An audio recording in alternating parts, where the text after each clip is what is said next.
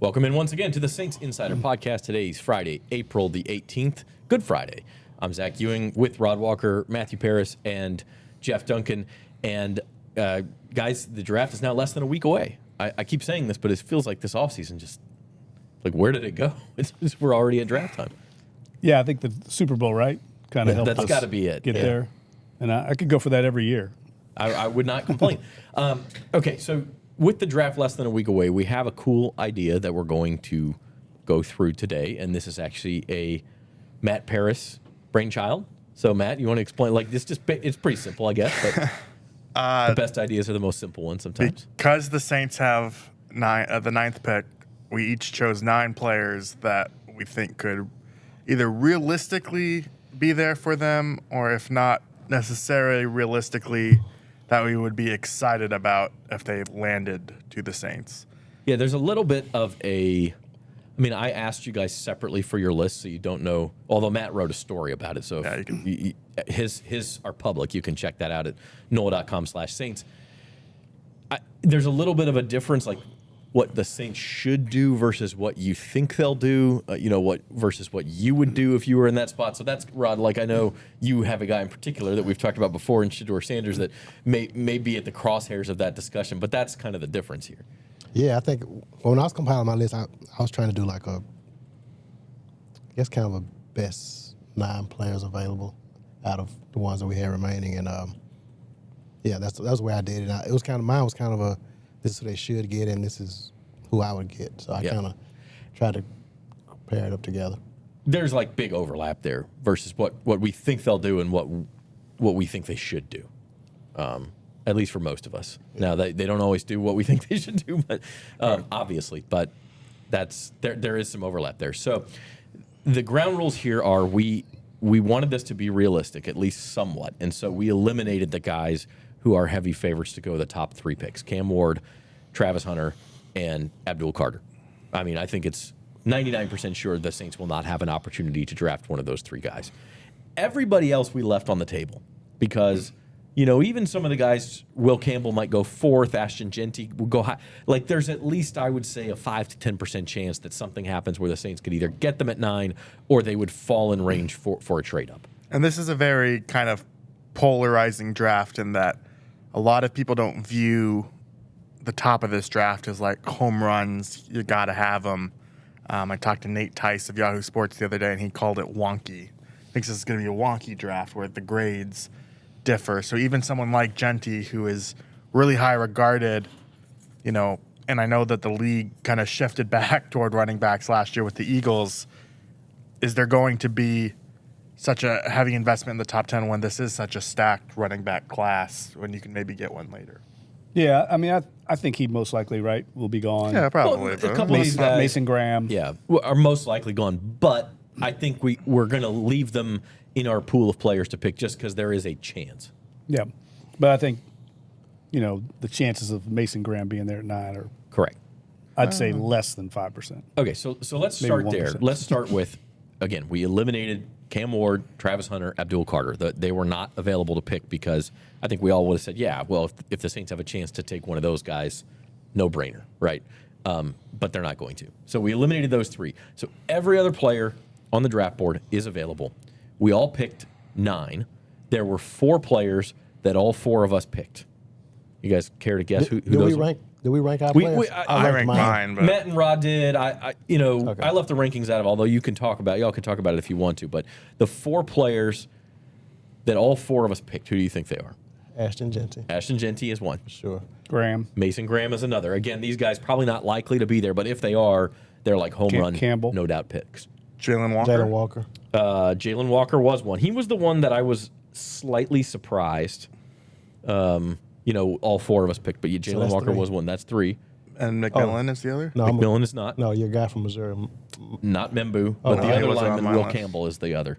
All 4 Will of us Campbell. put Will Campbell on. So Will Campbell, Jalen Walker, Ashton Jeanty, and Mason Graham. I actually barely put Will Campbell on mine. I think he may have been. Yeah, he was down toward the may have been bottom. I toward think the he and Membu were both down toward the Yeah. bottom of yours. So is that just low on O-line That was for you? that was just me. Like, to me, that's.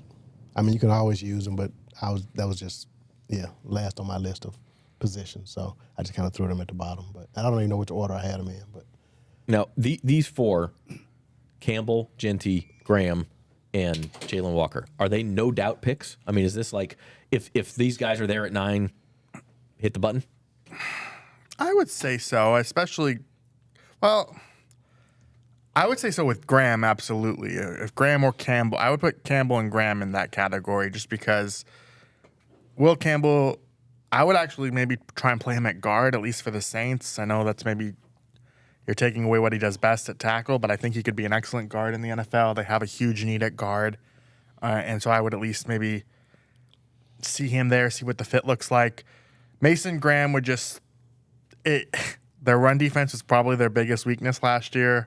He would go such a long way. I've just ever since the fall, and this is before any mock drafts, and you didn't know if he'd be available or where the Saints would be picking. But he's the guy I've been looking at as, man, he fits like a glove. And he's probably not, but the reason I included him on my list is because I've seen mock drafts that have him like sliding to 11 in some cases, like the 49ers. And, you know, I don't think, I mean, I think he'll be gone, but I wouldn't be shocked if it's, oh my God, Mason Graham is still there. I mean, there's some pass rushing concern with him. Like, so are you really going to take a run stuffing defensive tackle in the top 10? Like,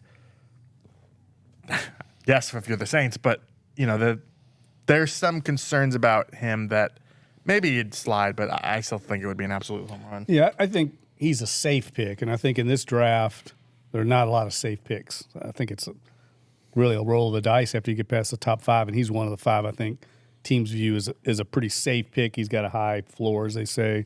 But man, Ashton Genty, I mean, to me, he might be the best player in the whole draft next to Travis Hunter. I'd run with the card and put his name in. I mean, to me, I would consider trading up for him. I think he's going to be that good, especially where the Saints are at right now with Kamara getting older. They have no other really top back, and this is going to be an offense that I think is going to lean heavily on the running game. So to me, that's the guy. If you even get if he gets down to around 6, I would look with everything I have to try and go get that guy. I think most mock drafts have Mason Graham at 5 to Jacksonville, Ashton Genty at 6 to Las Vegas. Those are like, it always makes you kind of nervous when you look at that many mock drafts that coalesce around that. Do they know something, or does it just make so much sense that they all put it? But on draft night, there's always surprises. But I would pay attention to those 5 and 6 picks. I don't know exactly what the Patriots will do at 4. It looks like they're going to take one of the linemen, either Campbell or Membu, and then Graham to Jacksonville, Genty to Vegas is what you see over and over and over again. But if one of those teams does something different, then all of a sudden there's a real chance that one of those guys is still there at 7, 8, and even 9. Yeah. I just think there's a lot of groupthink on these drafts, and that's not the way the teams are operating. Well, that's why I have Genty on the list. That's what I'm saying. That's exactly right. Definitely possible. I talked to somebody the other day that said they think the tackle from Texas Banks is going to go in the top 10. You haven't seen him on any board, but there's teams that really like him. So like somebody's going to do that in this draft, especially. I think needs actually become greater in a draft like this, where there's not just no brainer. You take the best player. I think the best player available goes out the window after about 4 or 5. Right. Unless somebody falls. So unless Genty falls. I was just saying, Genty's case, it would be best player available because where the Saints are, I don't know if running back right now is.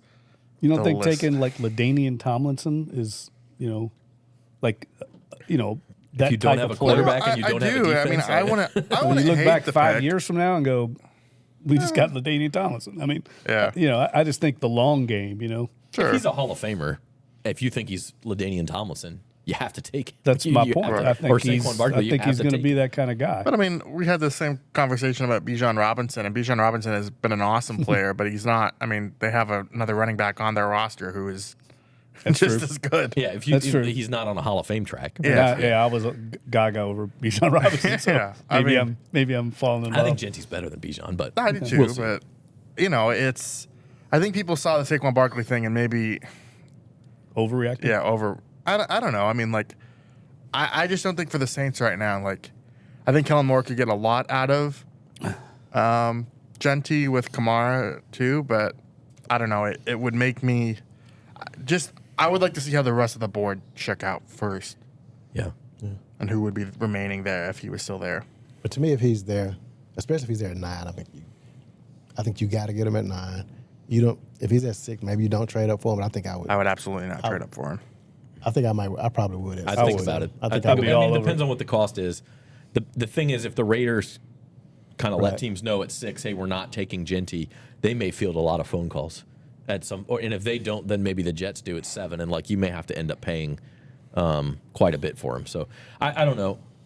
The other guy here is Jalen Walker. We all put him on. That surprised me slightly that he was unanimous. What do you guys like in Jalen Walker? I love him. I think he's the guy that can be kind of your tone setter for a new generation. And I think that's really important to what Kellen Moore is trying to establish here in New Orleans. And, you look at the Saints locker room, and those guys still really respect Cam Jordan, Tyrann Mathieu, but you need some new, young people to pave the way for the next generation. I think he would be that tone setter. And then as a player, he just would give them something so different than what they have in terms of their edge rushers. I think it's important for them to expand their tastes a little bit. And his versatility is really interesting, but I would use him more as an edge rusher than an inside linebacker. I think he's a terrific edge rusher, and I think, again, he would provide them something they haven't had. Just even compared a lot to Will Anderson, former Alabama Texans, guy, yeah. and that's exactly what he's done in Houston, is kind of become the leader of that defense, and that's exactly what Matt's getting at. They need a leader, a future leader. We've talked about on this show, all their leaders are these guys at the end of their careers, the older guys, which makes sense. I mean, they're established, credentialed veterans, but they don't have like any young. I mean, Chris Olave is one of the better young players. He's not really a leader type guy. That's not his personality, and they don't really have that. So I think a guy like him, and everything you read about Jalen Walker, just screams defensive leader. I could see that intangible factor in addition to his on-field traits being really attractive. As far as those young leaders, I mean, yeah, outside of Eric McCoy, I mean, he's like probably the one, but outside of that. But as far as Jalen Walker, I just think this team, I mean, they missed on Marcus Davenport, they missed on Peyton Turner. And, this might be a guy that, that you can play on the edge, and he can give you what you missed these last, well, not the last 2 drafts, but 2 big misses you had in that position. Yeah, is It Shamar really Stewart on anyone's list? Not to jump ahead. He is. We'll get Okay, there. well, we'll talk. We'll talk. He is. about him But I later. mean, like, when to your point, Matt, Jalen Walker is a little bit smaller, quicker. He's different from what they have. And at some point, you have to kind of realize that the league is changing around you, and that if you don't get with the times, maybe that's why your pass rush has been, so subpar the last few years. Okay, so those are the 4 we all agreed on. There were 3 other players that got 3 out of 4. So one of us did not list these guys, and I kind of want to attack this from the standpoint of the one of us who didn't include them. I'm sure. Tell us why. Is it me? Well, I think it's different for everybody. Okay. So I I don't actually have it written down. Who did not have Tedero McMillan? I think it was you, Probably Jeff. me, yeah. Why did you not have Tedero McMillan? I just don't think he's, first of all, a top 10 player. I think he's kind of a Marcus Colston, maybe a little better than Marcus Colston, who was taken in the 7th round. I know he probably should have been drafted higher, but I think his transition to the NFL is going to be a little harder than people think. I think he's going to struggle to get open. He's going to have to make a lot of – maybe he's the next Mike Thomas, makes every contested catch. But I think if you're taking a guy like that, I would take him a little further down. Plus, I also think, the Saints have way more needs than receiver right now, for me. I think they need a big possession receiver. I mean, I do get him think in that's round a 3, need. round 2. Yeah, and maybe that guy's out there. Maybe there's somebody else. But I happen to think McMillan is ready to hit the ground running. I think he can make contested catches even if he can't get that separation. So that's why I included him.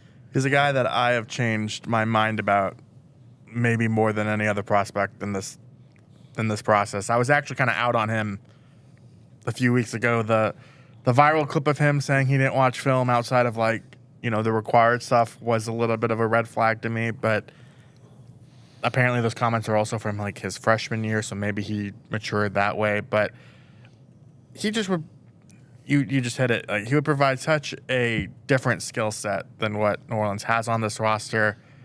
I mean, I love speed as much as the next guy, but you need They can't all be 6 foot, 190 pounds. Like, you need some versatility there. Kellen Moore compared it to like a basketball team. That's kind of what you want your receivers to be. And I just, I think he could stretch the field. I think he can make those contested catches. And I think he would pair really well with Olave. Okay. And not only did I have him on my list, I had him pretty high on my list. Yeah, I had think him 2. Okay, I think I had him 3. Wow. Okay.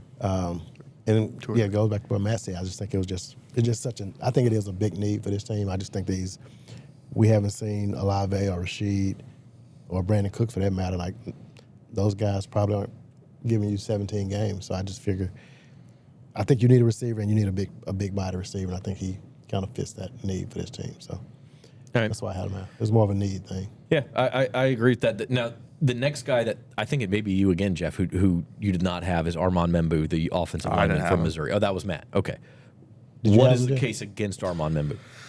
I just don't think tackle specifically is. I think you're okay with Penning and Fuaga there. There were only. I tried to keep it to 9. He would maybe be 11 or 12 for me, maybe 10. And I think the Jets are going to take him. So. Yeah, I mean, you plug him in at right tackle, you'd have to move somebody because he's been exclusively a right tackle. Am I wrong? He has played a little guard as well, so he's a little bit like Campbell. Okay. Now that was a year or two ago, but he's a little bit like Campbell in that they both have that versatility. Yeah, I think you're right. I mean, I think, is it really a need right now if you're looking at – because I think he's probably graded similar to other players at other positions where they have a greater need. So that's what's going to happen is they're going to be on the clock at 9. They're going to have a cloud of players available, like kind of what we're doing here, and then you're going to look at it and they're all going to be graded probably similarly. I doubt they have him significantly higher than the other ones at that thing. So then what are you doing? Then you go to need when they're all graded the same. And for me, I mean, that's what I was saying. I mean, that's why I had him and Will Campbell at 8 and 9. I just didn't think it was that big of a need. But I think I kind of struggled getting – I don't even know who my 10th guy would have been, but – yeah, so I just kind of put those 2 guys at the bottom of my list. Yeah, I think he's better than Will Campbell. You can call me Shocked. biased if you want. Shocked at that. But I'm just the best player in the draft. Prospect. He's more athletic than Campbell. He's got longer arms, which I know is the buzz. I'm not saying it's like an open and shut case, but I just feel like if you're going to consider Campbell, you got to consider this kid too. That's my case. Okay, the third guy that 3 of the 4 of us picked, this is probably a ring the bell moment too, is Tyler Warren. I did not include Tyler Warren on my list. I just don't think he's that good. I think he's good's not the right word. I think he'll be a good, solid player, but I just think he's a guy. If the Saints were picking 19 instead of 9, I'd be like, yeah, go get a tight end of the future. But if you have a top 10 pick, he falls below the level of a lot of these other players for me in that, do you need to go get a solid tight end starter right now, especially one who probably is not the best blocking tight end in the world? Like he almost feels like a Jawan Johnson redux who you just re-signed. Maybe he's an immediately better player, but does he offer a team with all these holes immediate help? So y'all can tell me how stupid that is, but I don't think it's stupid. I think I had him right above my Will Campbell and Membu. So I kind of feel the same way. I just don't know if I'm just not big on them drafting a tight end, a versatile tight end guy with number 9. So I didn't have him ranked that high. But I did have him on there. I do think he's a good player. But yeah, I mean, a lot of people are like, just, if Warren's there, you got to take him. And I don't see that, guys. Do you? No, I do. I think he would be kind of similar to Jalen Walker. I think he'd be a guy that would really help Kellen Moore set his vision of what he wants this team to be. And I actually think his versatility on offense would allow him to do that. You can line him up in so many different spots. I think he's a little bit more. You can use him more than you can Jawan Johnson. I know there are blocking concerns, but you can use him in motion as a blocker. You can move him around. I just think he'd be a really interesting piece for Kellen Moore. Like I think he'd be the type of guy that could unlock a lot of different things that Kellen Moore wants to do scheme-wise. And so I really like him as a player. I think he's strong. I think he has good size and all that. But tight ends historically have made me nervous. I was out on Brock Bowers a year ago, at least for these guys. But seeing his success, maybe I don't think Tyler Warren is as good as Brock Bowers is. But yeah, I'm more open to it, and I just think you just need someone to unlock the chessboard a little bit, and I think he can do that. Yeah, they need players, man. How high did you have him ranked? I had him 3. Okay. No, they need player. I mean, they need to be thinking this pick at number 9, not about 2025, but 2026, 2027, who's going to be on this team down the road? 5, and this is a guy that by most accounts is going to be a very safe pick that's going to be a good starting player in this league. I don't know if he's going to be the next Brock Bowers, but he could be, some of these other guys we've seen, Hawkinson, some of these, Kincaid, these tight ends that are good, productive players that you didn't miss on. I just don't think they can. I've said this before. I don't think they can miss at 9 at all where they're at. So he seems like a pretty safe pick to me. Okay, so those are more or less the consensus picks. Again, those last 3 had 3 out of 4. Let's take a break, and then we'll get into the guys that we were split on, or the guys that only one of us chose. That if the Saints choose one of those, maybe it's a little bit of a surprise, which they have been known to do. But we'll talk about those right after we take this break on the Saints Insider. There's no better place to parlay than Caesars Sportsbook. With quick picks, you can tap right into pre-built, ready-to-bet parlays right from the home screen. And if you miss tip-off, no worries. You can play same-game parlays live during the action. Plus, it's never been easier to find and bet on the biggest matchups of the day, so you can keep up with all the action. Caesars Sportsbook, proud partner of the NBA and the only sportsbook app with Caesars Rewards. Download it today. Welcome back to the Saints Insider Podcast. Norm is schooling us on offensive line play during the break and how he didn't like Armand Membu, but all right, we'll see what happens. Subscribe to the Saints on NOLA.com YouTube channel. Hit the like button. Leave a comment. Let us know who your 9 players are, which 9 players. Again, you got to exclude the top 3. It's not realistic. No Ward, no Hunter, no Carter. Excluding those 3, which 9 players would you like to see the Saints pick?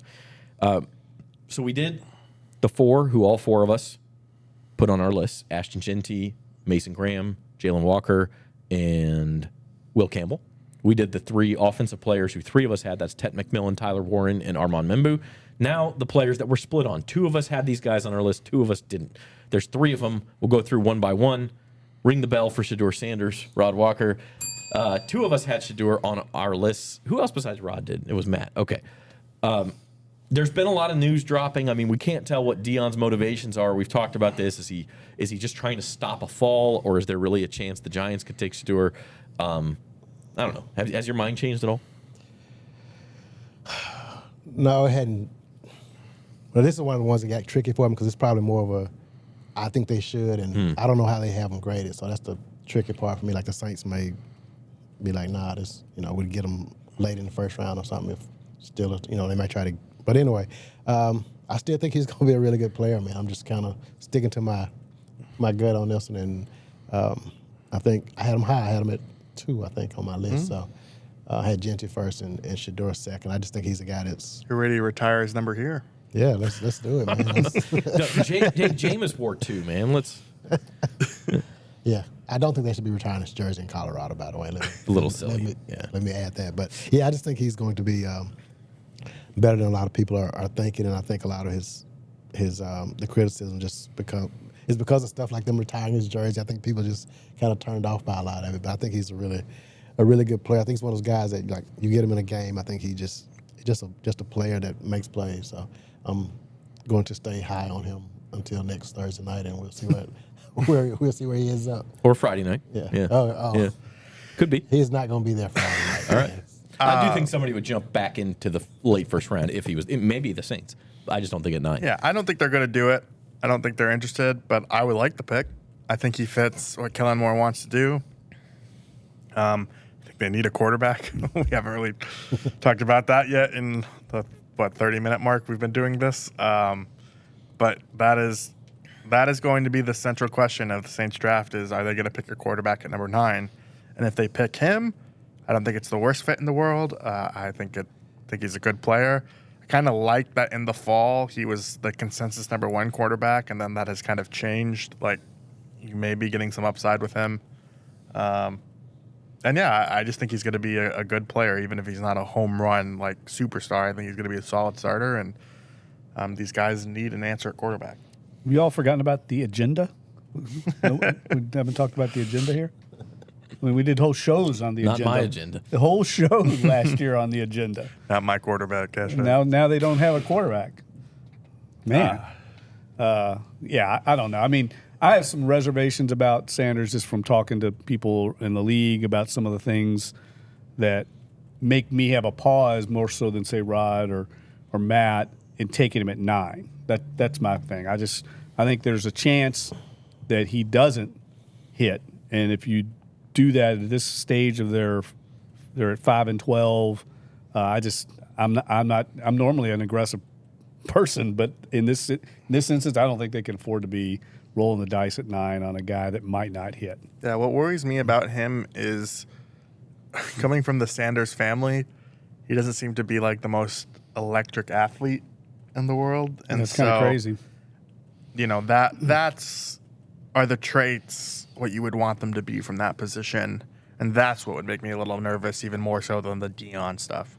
Go ahead. I am looking forward to next Thursday when that pick does come. If he's there, like, and they don't pick him, like, social media it's just gonna be. And if they do, there's going to be a new agenda. Well, I'll be surprised though, man, because like it feels like there's a lot of like bubbling out there that they're not going to take Sanders. I mean, we heard Adam Schefter say that. I've been told that. I read that in Upload. Yeah, I think I read that too. So, like, I think people are getting enough out. And there may be some blindly loyal people that are going to be shocked, but you know, Mel Kiper still has. Yeah, I know. Yeah. He's got him going, and then some other people do too. A lot of people. I mean, I've seen him everywhere from like 3 to 21. Yeah. So I mean, it's just kind of. Here's my thing with Shedeur, and I've said this before. I am intrigued by him as a player, but one of the stats that tends to be the most sticky from college to the pros is pressure to sack ratio. Yeah. He takes a lot of sacks. His offensive line in Colorado was not the best, but guess what? His offensive line in New Orleans is not going to be the best either. So that would worry me a lot, that you have a guy who's going to take too many sacks, who's going to hold on to the ball for too long. It's going to gum up your offense. Are we talking about Spencer Rattler again, or what are we? Maybe we are. So I think I'm out on Shedeur at least at number 9. But that's the first player we're split on. The next one is another edge rusher from Georgia, Mykel Williams. I think, Jeff, you and I were the two who had Mykel Williams. What's your case on him? He's the bigger of the two edge rushers from Georgia. That position, there's a number of players at edge, and I think the Saints need an edge at some point. I don't think you can have too many of them. Yes, they've missed on a bunch lately, but that's a position where, you know, Cam Jordan's not going to play forever, I don't think. And I know you got Granderson, but Granderson kind of regressed, I thought, last year a little bit. He just kind of became I think, an average starter, not somebody I see as an ascending player. So I think a guy like him would be, I mean, he certainly fits that same mold, and we may be talking about Shamar Stewart also, that fit a mode of like traits over production. You know, they look the part. Maybe you coach them up. Those guys are dangerous, though. I would say that. And I don't think they can afford to miss, like I said, at 9. And he may be a guy that has too big of a miss rate to really gamble on. I don't like him nearly as well as I like Jalen Walker, but I did put him on the list. Similar reasons. They need a difference maker there. And at some point, if you like a guy, that's a position where I think it's worth maybe rolling the dice a little bit, because if it hits, he can make such a big impact. Yeah, he wasn't on my list because it's been there, done that. And I think he's a good player. Like, I wouldn't hate the pick. It's just I actually think Shamar Stewart is more of that's a very Saints pick. But they seem interested in him. They hosted him for a pro day. I think they were at his workout yesterday. Correct. Yeah, and so, he seems like their type of edge rusher. The question I'm interested in that is, how much did Dennis Allen have to do with those type of edge rushers versus this is what Mickey Loomis, Jeff Ireland, they believe, because it does seem like they do rely on the inside of their coaching staff quite a bit. and I actually think that's a good thing. And so, does Brandon Staley have a different philosophy when it comes to that? But then again, Khalil Mack and Joey Bosa were both big edge rushers too. So, I'm interested to see. I think him and Stewart are a good test case for that philosophy. Yeah, He was. Oh, no, I was just gonna say, like, I know earlier I said I couldn't remember who my 10th guy was, but that's who it was, and I'd be okay with it. I wouldn't be mad at that pick either. I think it's the same thing we said earlier about Jalen Walker, so I'd be okay with that one. Yeah, I like what you said though, Matt. It's kind of this is a what should they do versus what will they do sort of thing, and if they take Mykel Williams or Shamar Stewart, it's probably a sign that that's more of a Jeff Ireland mold, and he's going to tell the coaches, like, the data proves this is what works with these guys, and we want you to continue to work with the bigger edge rushers. So you have Chase Young, you have Carl Granderson, and now you have Mykel Williams. And it could work. I mean, it's not like none of those guys have panned out, but it is just sort of, I think, would be a sign that they haven't changed too much on their philosophy on that. Okay, the third guy that two of us, I believe this was Matt and I, that would be Michigan cornerback Will Johnson. Matt? Yeah, I think it's a need for them. That's kind of why I put him on the list. I actually think I'm a lot more interested in the second round group of corners for them, like Thomas from Florida State, Trey Amos if he's there, though he might sneak into the back of the first round. I feel like there's a good group of corners in round 2 that you could get, but if they went corner in round 1, he seems like he's the best. He's a bit bigger than Barron from Texas, and he would has a history of producing turnovers, can play zone. Like I think he's a good fit with what Brandon Staley wants to do. He wouldn't be the most exciting pick, but I just threw him on there just because cornerback is such a need for them. Yeah, I think he's kind of the defensive version of Tyler Warren in my mind. Like I don't think he's going to miss. I don't think he's going to ever be like a superstar player. But I think if you ask me, the number one need, it's cornerback on the team. But the problem is it's not a great draft for cornerbacks. So do you force a need there? But if you know this is a guy that is going to step right in, it sounds everything you read about him says he could probably step right in, start right away. That is an easy position to start at as a rookie. They need a starter on the outside. Then they could move Alante Taylor back inside where he was starting to excel, and you'd be set on defense. I don't know if they want to go into the season with Ike Yadam as a starter, which basically he is right now. That's kind of scary to me. Yeah, I think you need a corner. He was toward the bottom of my list, but he's also 6'2". He'd be the tallest corner on the roster by a couple of inches. I think Alante Taylor's the next at 6 foot. So that is, again, a type of player you don't have at that position. I tend to agree with you on the Warren comp just from, what types are they ever going to be an all-pro? Like, probably not. But to me, just the positional need makes it puts him above Warren for me. Yeah, for me, if we had done this exercise 2 weeks ago, I think I had him like pretty high then, but I think for whatever reason it kind of fell. I guess he didn't run the 40 or whatever.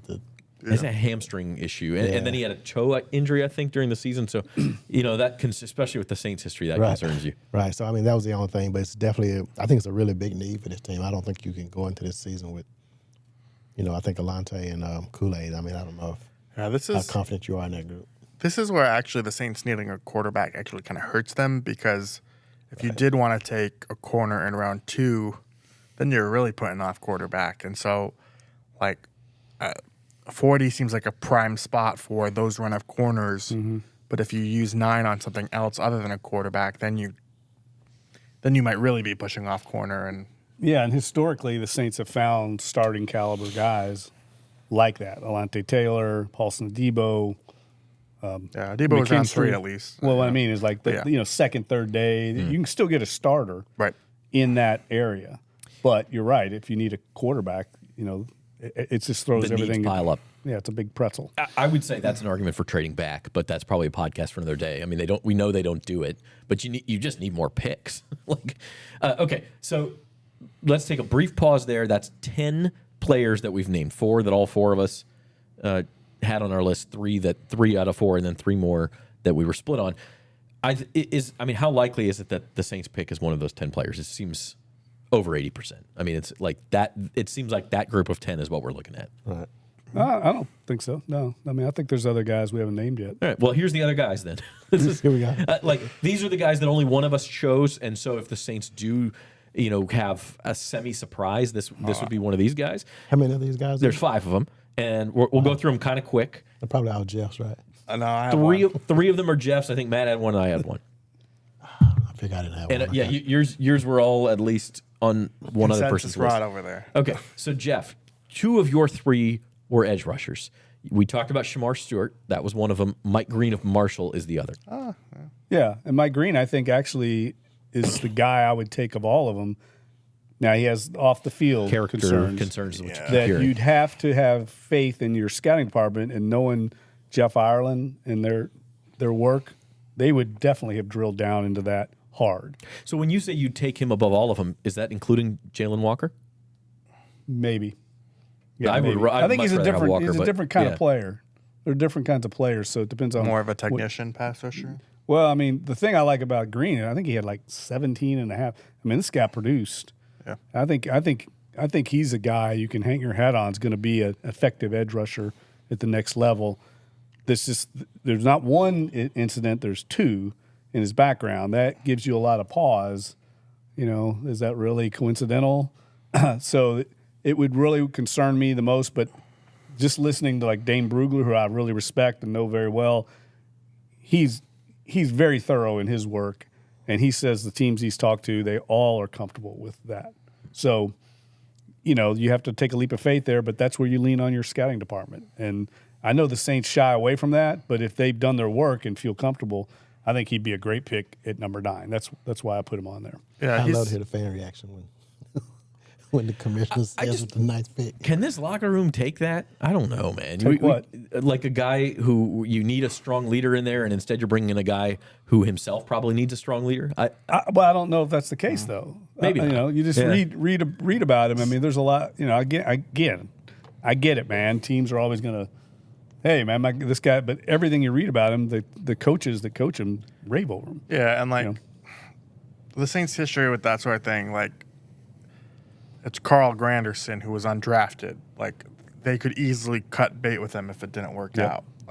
Can't do that with a top 10. Can't do that with a top 10 pick. But Green, from a football perspective, he kind of leans into that Walker mold of he's not their prototype, and so that also intrigues me if they're getting away from that prototype. I think 9 is a bit high for him, but I do like your argument. Yeah, Okay. yeah. The other edge rusher was Shamar Stewart. We kind of talked about him. He would be a reach in the sense that you're rolling the dice in a Marcus Davenport sort of way that I hate it. the athleticism would match, would all of a sudden turn into production at the NFL level. Yeah, I mean, how do you play? First of all, he was like an elite recruit, one of the top recruits in the country. Everything you read about him is he's exactly what you look for in size, everything about him. But I think he averaged 1.5 sacks a year in college. I mean, how does that happen? How are you that physically gifted? And I think they said he was leading the team every year in pressures, but can't finish. I mean, we've seen that. That's the Saints. That's Chase Young, basically. Yeah. It sounds very similar to me. I look forward to the Bears and Dennis Allen taking him at number 10. Okay. All right. The third player Jeff had that none of the rest of us had. I want to hear the reactions to this. North Carolina running back Omarion Hampton at number 9. That's I've come around on him in the last 24 hours. If you can't take Genty at 9, you Well, no, man, can't say can't take. Well, I know you did. I'm all over Genty. But there's so many good running backs in this class. You can't take Hampton at 9. I don't know, man. The more I read about him, the comp I read, I tweeted it out this morning. They compare him to Deuce McAllister. I think I'd be happy with that. Mm-hmm. The leading rusher in the history of the franchise at one point.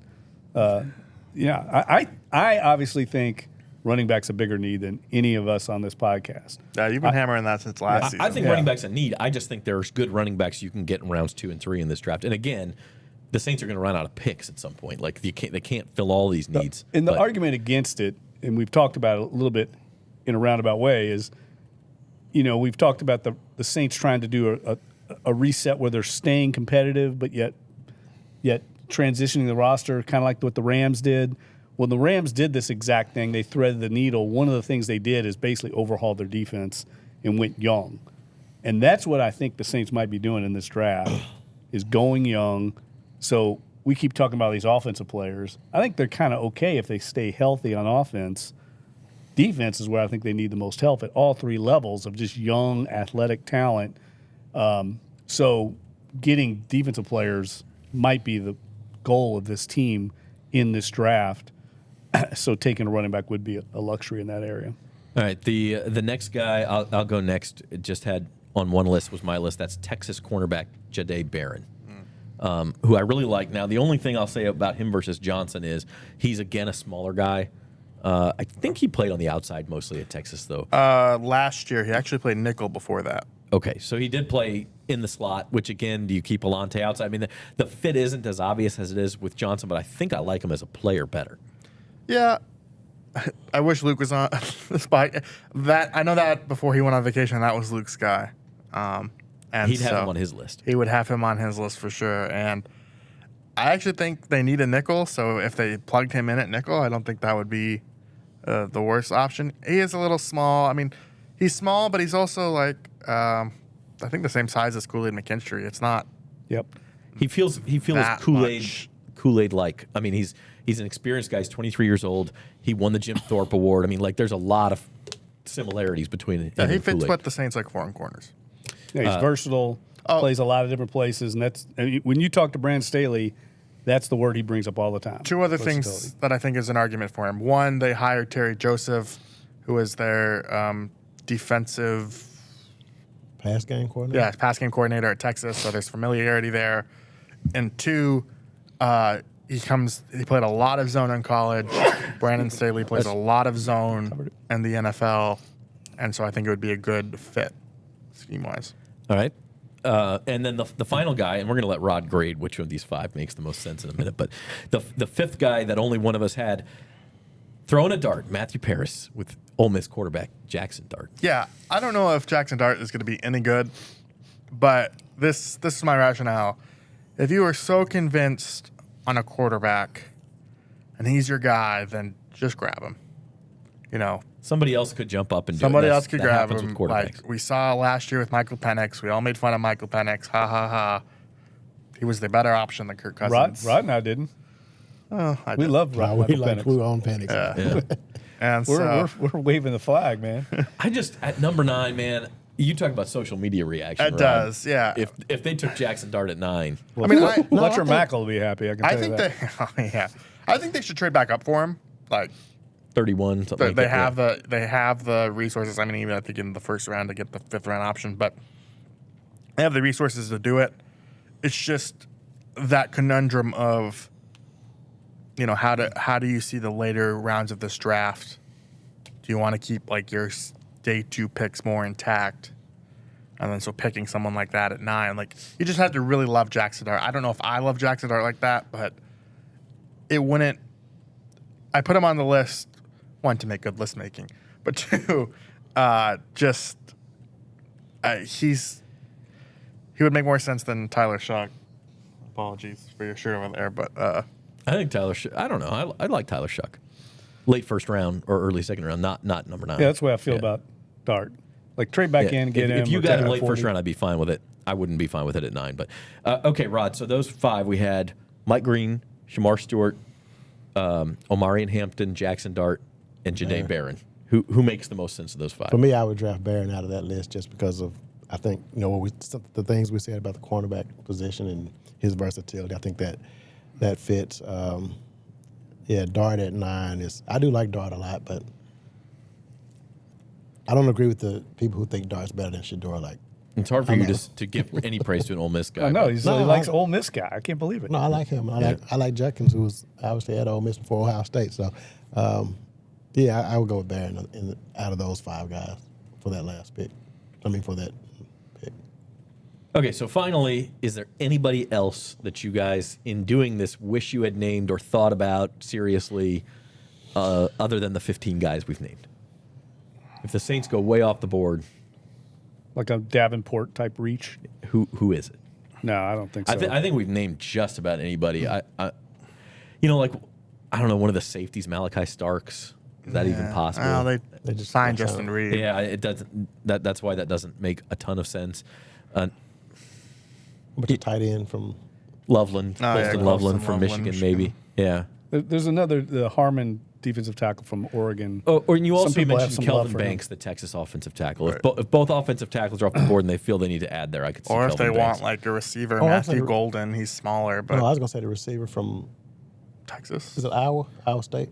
Oh, there's one from Ohio State. No. No. There's two from The Iowa Higgins, State. is it Higgins? Yeah, but I think he's more He's of a not a lower first grade. round. Yeah, he's on he's- first down. I wouldn't think. And Jalen Noel is the other one. yeah. Not to be honest with you, 9 is a Yeah, that was big group. Right. You might have 9 guys if you're taking where they normally draft in the 20s. They're normally in the 20s. You might have 9 guys there. At number 9, you're not. I don't think there's going to be 9 in your cloud. I mean, I look forward to next year's show of 32 for 32. That's Hater. tune in next year. It might be Haters. one Yeah, for one for one. I love. I do love. edition. I do love that where all the fans are like, we have to take a quarterback at 9 because we're never going to be up here again. Are you kidding me? If you don't take a quarterback in 9, you might be. If you up looked there. at the roster and there's no Derek Carr, I mean, what are it's you pretty looking bad. at? All right, so that's our show for today. We will be back one more time before the draft on Wednesday. We got to figure out how to do it, but we'll do some sort of a mock draft. It'll be similar to this probably. But I also want to discuss the possibility of trades and who the partners are and stuff like that. So we'll do a little draft preview on Wednesday, and then we will, of course, have the Saints Insider 2025 NFL Draft live show on Thursday night, and we'll do some live look-ins Friday night too. So that's all coming up. For our producer, Norman Bell, he's Jeff Duncan, Matthew Paris, and Rod Walker. I'm Zach Ewing, and we'll see you on the next Saints Insider.